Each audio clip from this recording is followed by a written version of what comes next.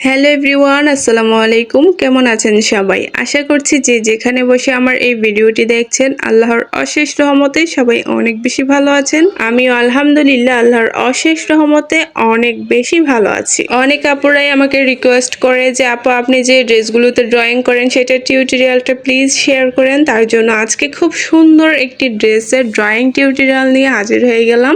আশা করছি আপনাদের কাছে অনেক বেশি ভালো লাগবে। এটা দেখুন খুবই সিম্পল ভাবে আমি একটি ড্রেস বানিয়েছি, মাশাআল্লাহ অনেক বেশি সুন্দর হয়েছে। এটার মধ্যে আমি ডায়মন্ড রং পেন্সিল দিয়ে সুন্দরভাবে ড্রয়িং করে নিচ্ছি। অনেক আপুরাই জিজ্ঞেস করে যে আপু আপনি কি দিয়ে ড্রয়িং করেন বেবি ড্রেসগুলোর মধ্যে। আমি সবসময় এই ডায়মন্ড রং পেন্সিল দিয়ে ড্রয়িং করে থাকি। অনেকে এটাকে কাগজের রং পেন্সিল বলে থাকে। এই রং পেন্সিলটা আপনারা যে কোনো লাইব্রেরিতে 15 থেকে 20 টাকার মধ্যেই পেয়ে যাবেন। এই পর্যন্ত আমি যতগুলো ড্রেসের মধ্যে ড্রয়িং করে থাকি বা করেছি সেগুলোর মধ্যে কিন্তু আমি এই রং পেন্সিল দিয়েই ড্রয়িং গুলো করেছি এবং আপনাদেরকেও বলে থাকি যে আপনারা এই রং পেন্সিল দিয়ে ড্রয়িং করবেন। সেই ক্ষেত্রে আপনি যদি পরবর্তীতে ড্রয়িংটা চেঞ্জ করতে চান বা ডিজাইনটা চেঞ্জ করতে চান তখন কিন্তু খুব সহজে এই ড্রয়িংটা মুছে আবার আপনি নতুন আরেকটি ড্রয়িং করতে পারবেন। আশা করছি এই রং পেন্সিলের উপকারিতা আপনারা বুঝতে পেরেছেন। আর এই দেখুন আমার মেয়ে রং পেন্সিলটার কি অবস্থা করেছে।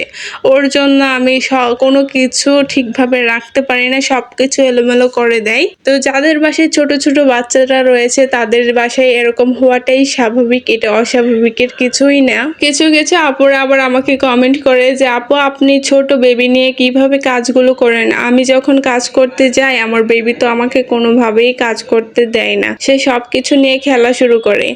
আমি যে কিভাবে এই কাজগুলো করি সেটা শুধু আমিই জানি। আমি যখন এই হাতের কাজগুলো করতে বসি তখন আমার মেয়ে যত সুতা রয়েছে সবগুলো বের করে খেলা করে। মানে আমার সুতাগুলোর এত পরিমাণে জোর সে পাকায়, মানে আমি বোঝাতেই পারবো না আপনাদেরকে। তাছাড়া আমি যখন ড্রয়িং করতে বসি তখন সে রং পেন্সিল নিয়ে খেলা করে। তারপর যখন আমি কাপড় কাটতে বসি তখন তো সে আমাকে কোনোভাবেই কাপড় কাটতে দেয় না। আমি যতগুলো কাপড় নিয়ে বসবো সে সবগুলো টেনে টেনে আমার কাছ থেকে নিয়ে নিবে।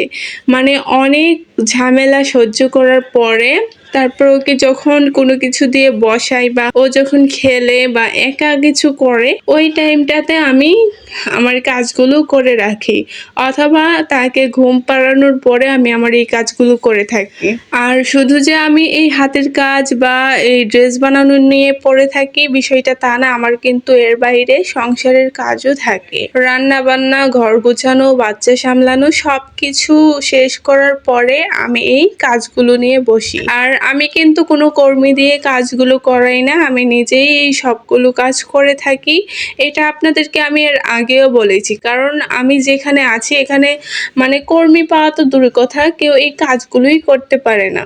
তো আমি অনেক আপুকেই বলেছি যে আপনারা আমার কাছ থেকে কাজ শিখেন, কোনো পেমেন্ট আমি আপনাদের কাছ থেকে নিব না কাজ শেখানোর জন্য। তো আপনারা কিন্তু আমার থেকে কাজগুলো শিখতে পারবেন, অথবা আপনারা কিন্তু আমার কাছ থেকে কাজগুলো শিখে আমার কোনো ড্রেসে যদি আপনারা কাজ করে দেন আমি আপনাদেরকে পেমেন্ট দিব বা মজুরিটা দিব।